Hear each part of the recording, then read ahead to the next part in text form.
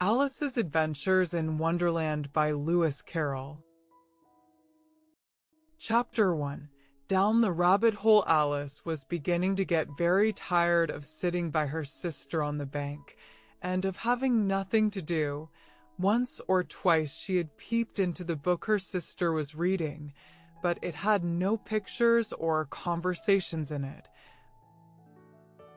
And what is the use of a book, thought Alice, without pictures or conversations? So she was considering in her own mind, as well as she could, for the hot day made her feel very sleepy and stupid,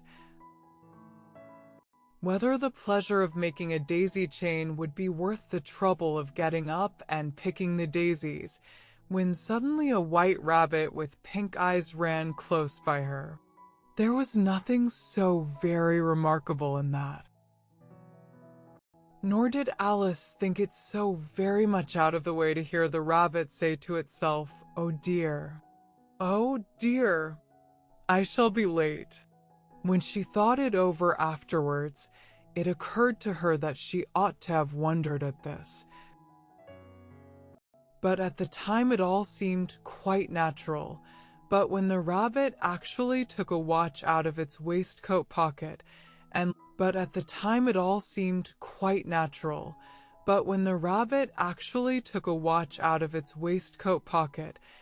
looked at it and then hurried on, Alice started to her feet. For it flashed across her mind that she had never before seen a rabbit with either a waistcoat pocket or a watch to take out of it, and burning with curiosity, she ran across the field after it,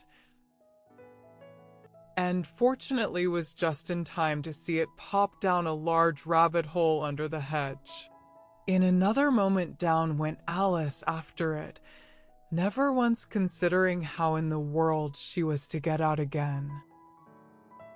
The rabbit hole went straight on like a tunnel for some way, and then dipped suddenly down, so suddenly that Alice had not a moment to think about stopping herself before she found herself falling down a very deep well.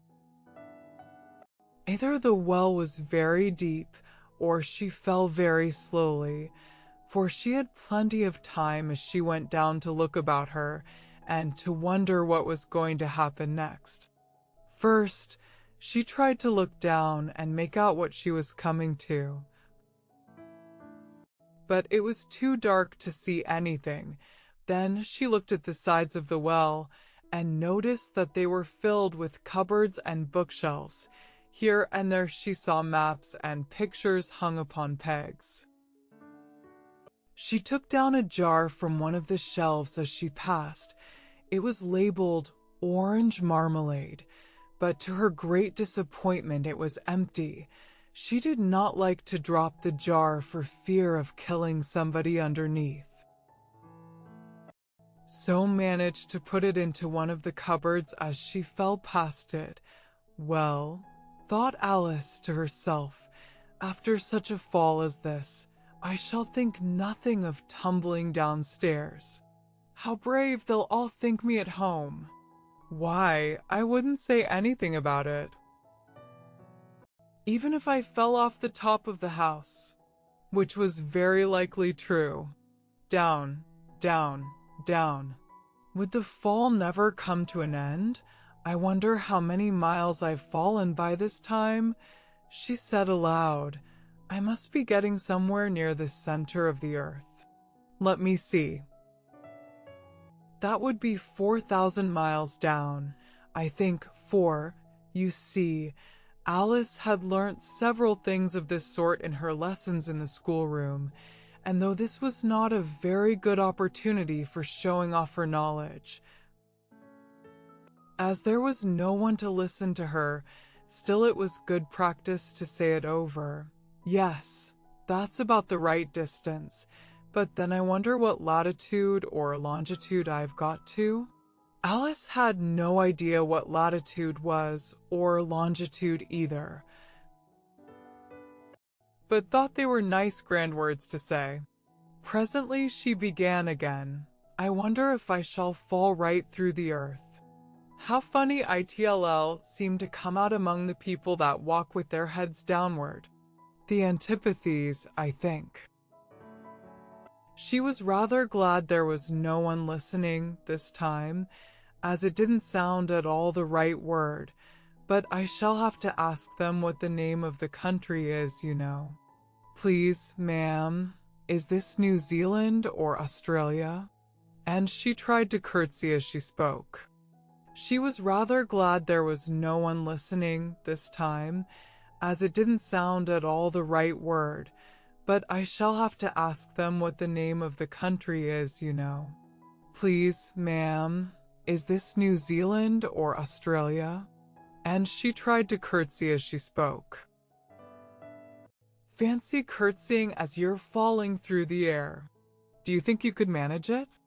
And what an ignorant little girl shall think me for asking. No, ITLL never do to ask. Perhaps I shall see it written up somewhere. Down, down, down.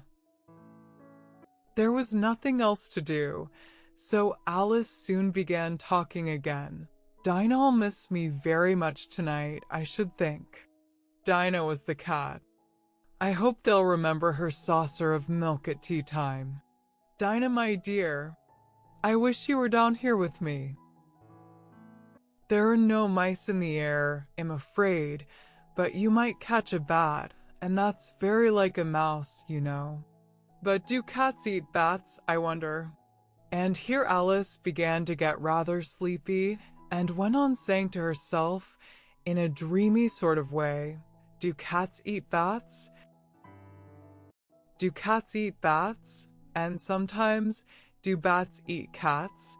For, you see, as she couldn't answer either question, it didn't much matter which way she put it. She felt that she was dozing off, and had just begun to dream that she was walking hand in hand with Dinah, and saying to her very earnestly, now, Dinah, tell me the truth. Did you ever eat a bat? When suddenly, thump, thump, down she came upon a heap of sticks and dry leaves, and the fall was over. And saying to her very earnestly, now, Dinah, tell me the truth. Did you ever eat a bat? When suddenly, thump, thump, down she came upon a heap of sticks and dry leaves, and the fall was over. Alice was not a bit hurt, and she jumped up onto her feet in a moment. She looked up, but it was all dark overhead. Before her was another long passage, and the white rabbit was still in sight, hurrying down it. There was not a moment to be lost. Away went Alice like the wind, and was just in time to hear it say, as it turned a corner, oh my ears and whiskers, how late it's getting. She was close behind it when she turned the corner, but the rabbit was no longer to be seen. She found herself in a long, low hall, which was lit up by a row of lamps hanging from the roof. As it turned a corner, oh my ears and whiskers, how late it's getting. She was close behind it when she turned the corner, but the rabbit was no longer to be seen.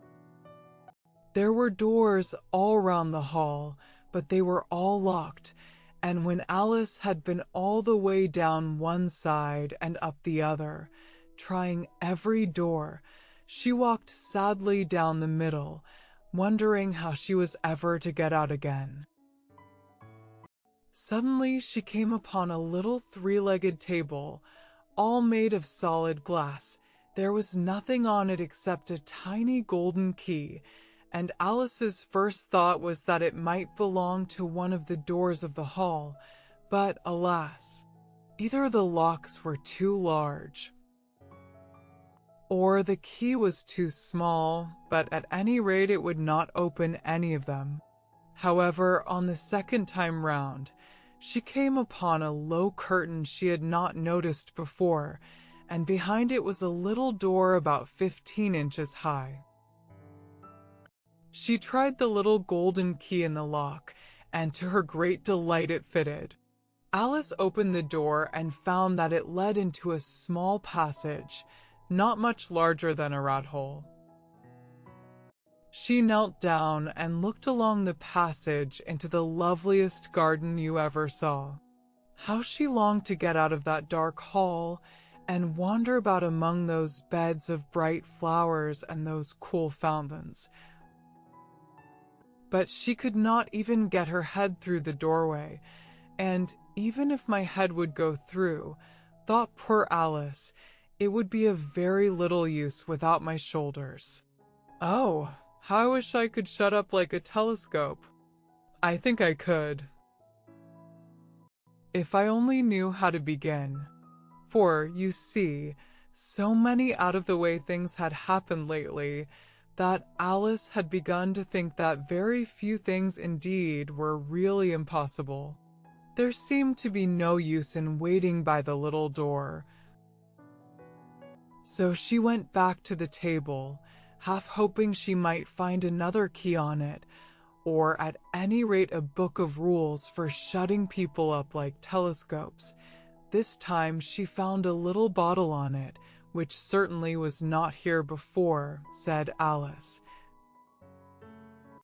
And round the neck of the bottle was a paper label, with the words, "Drink me," beautifully printed on it in large letters.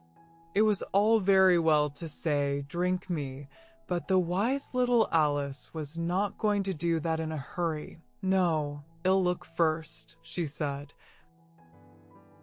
"and see whether it's marked poison or not," for she had read several nice little histories about children who had got burned and eaten up by wild beasts and other unpleasant things. All because they would not remember the simple rules their friends had taught them, such as that a red-hot poker, all because they would not remember the simple rules their friends had taught them, such as that a red-hot poker will burn you if you hold it too long, and that if you cut your finger very deeply with a knife, it usually bleeds. And she had never forgotten that, if you drink much from a bottle marked poison, it is almost certain to disagree with you, sooner or later. However, this bottle was not marked poison, so Alice and she had never forgotten that, if you drink much from a bottle marked poison, it is almost certain to disagree with you, sooner or later. In fact, a sort of mixed flavor of cherry tart, custard, pineapple, roast turkey, toffee, and hot buttered toast, she very soon finished it off. "What a curious feeling," said Alice. "I must be shutting up like a telescope." And so it was indeed. She was now only 10 inches high, and her face brightened up at the thought that she was now the right size for going through the little door into that lovely garden. First, however, she waited for a few minutes to see if she was going to shrink any further. She felt a little nervous about this, for it might end, you know, said Alice to herself, in my going out altogether, like a candle. I wonder what I should be like then. And she tried to fancy what the flame of a candle is like after the candle is blown out, for she could not remember ever having seen such a thing. After a while, finding that nothing more happened, she decided on going into the garden at once, but alas for poor Alice! When she got to the door, she found she had forgotten the little golden key, and when she went back to the table for it, she found she could not possibly reach it. She could see it quite plainly through the glass. And she tried her best to climb up one of the legs of the table, but it was too slippery, and when she had tired herself out with trying, the poor little thing sat down and cried, "Come, "There's no use in crying like that," said Alice to herself. Rather sharply, "I advise you to leave off this minute." She generally gave herself very good advice, though she very seldom followed it, and sometimes she scolded herself so severely as to bring tears into her eyes. And once she remembered trying to box her own ears for having cheated herself in a game of croquet she was playing against herself, for this curious child was very fond of pretending to be two people, but it's no use now, thought poor Alice. To pretend to be two people. Why, there's hardly enough of me left to make one respectable person. Soon her eye fell on a little glass box that was lying under the table. She opened it and found in it a very small cake, on which the words "Eat me" were beautifully marked in currants. "Well, I'll eat it," said Alice, "and if it makes me grow larger, I can reach the key, and if it makes me grow smaller, I can creep under the door. So either way I'll get into the garden, and I don't care which happens." She ate a little bit and said anxiously to herself, "Which way? Which way?" holding her hand on the top of her head to feel which way it was growing, and she was quite surprised to find that she remained the same size, to be sure. This generally happens when one eats cake, but Alice had got so much into the way of expecting nothing but out-of-the-way things to happen, that it seemed quite dull and stupid for life to go on in the common way. So she set to work, and very soon finished off the cake. Chapter 2. "The pool of tears, curiouser and curiouser," cried Alice. She was so much surprised that for the moment she quite forgot how to speak good English. "Now I'm opening out like the largest telescope that ever was. Goodbye, feet." For when she looked down at her feet, they seemed to be almost out of sight. They were getting so far off. Oh, my poor little feet. "I wonder who will put on your shoes and stockings for you now, dears? I'm sure I shan't be able. I shall be a great deal too far off to trouble myself about you. You must manage the best way you can, but I must be kind to them," thought Alice. "Or perhaps they won't walk the way I want to go. Let me see. I'll give them a new pair of boots every Christmas." And she went on planning to herself how she would manage it. They must go by the carrier, she thought, and how funny it'll seem. Sending presents to one's own feet. And how the directions will look. Alice's right foot, esque hearthrug, near the fender, with Alice's love. Oh dear, what nonsense I'm talking. Just then her head, sending presents to one's own feet. And how the directions will look. Alice's right foot, esque hearthrug, near the fender, with Alice's love. In fact, she was now more than 9 feet high, and she at once took up the little golden key and hurried off to the garden door. Poor Alice! In fact, she was now more than 9 feet high, and she at once took up the little golden key and hurried off to the garden door. Poor Alice! It was as much as she could do, lying down on one side, to look through into the garden with one eye. But to get through was more hopeless than ever. She sat down and began to cry again. "You ought to be ashamed of yourself," said Alice. "A great girl like you," she might well say this, "to go on crying in this way." But to get through was more hopeless than ever.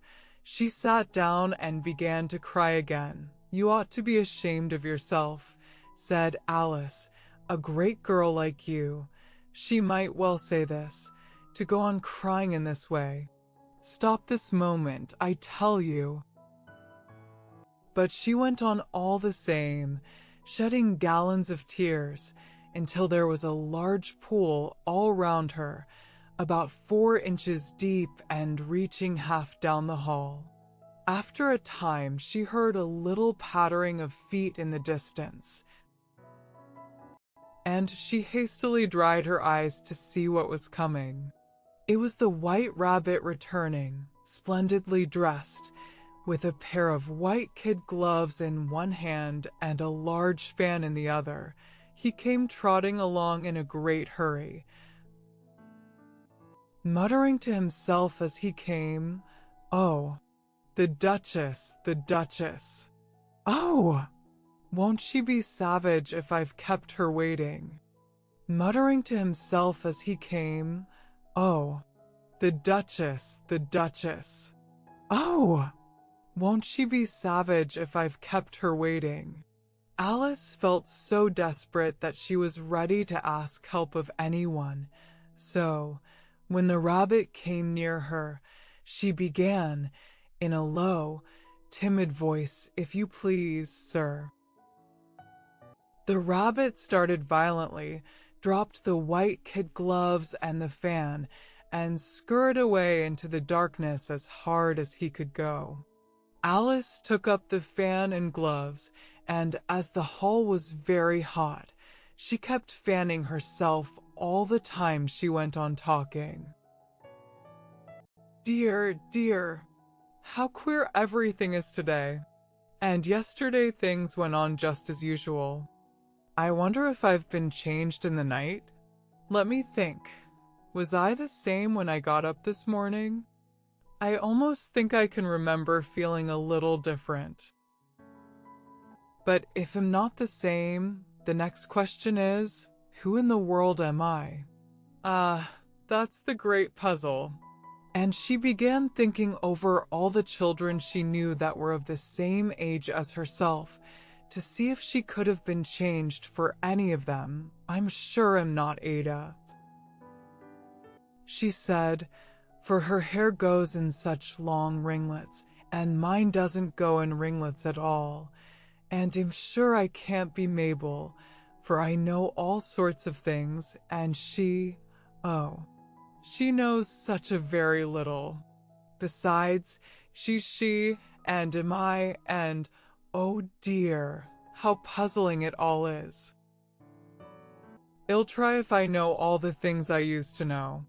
Let me see, 4 times 5 is 12, and 4 times 6 is 13, and 4 times 7 is, oh dear. I shall never get to 20 at that rate. However, I'll try if I know all the things I used to know.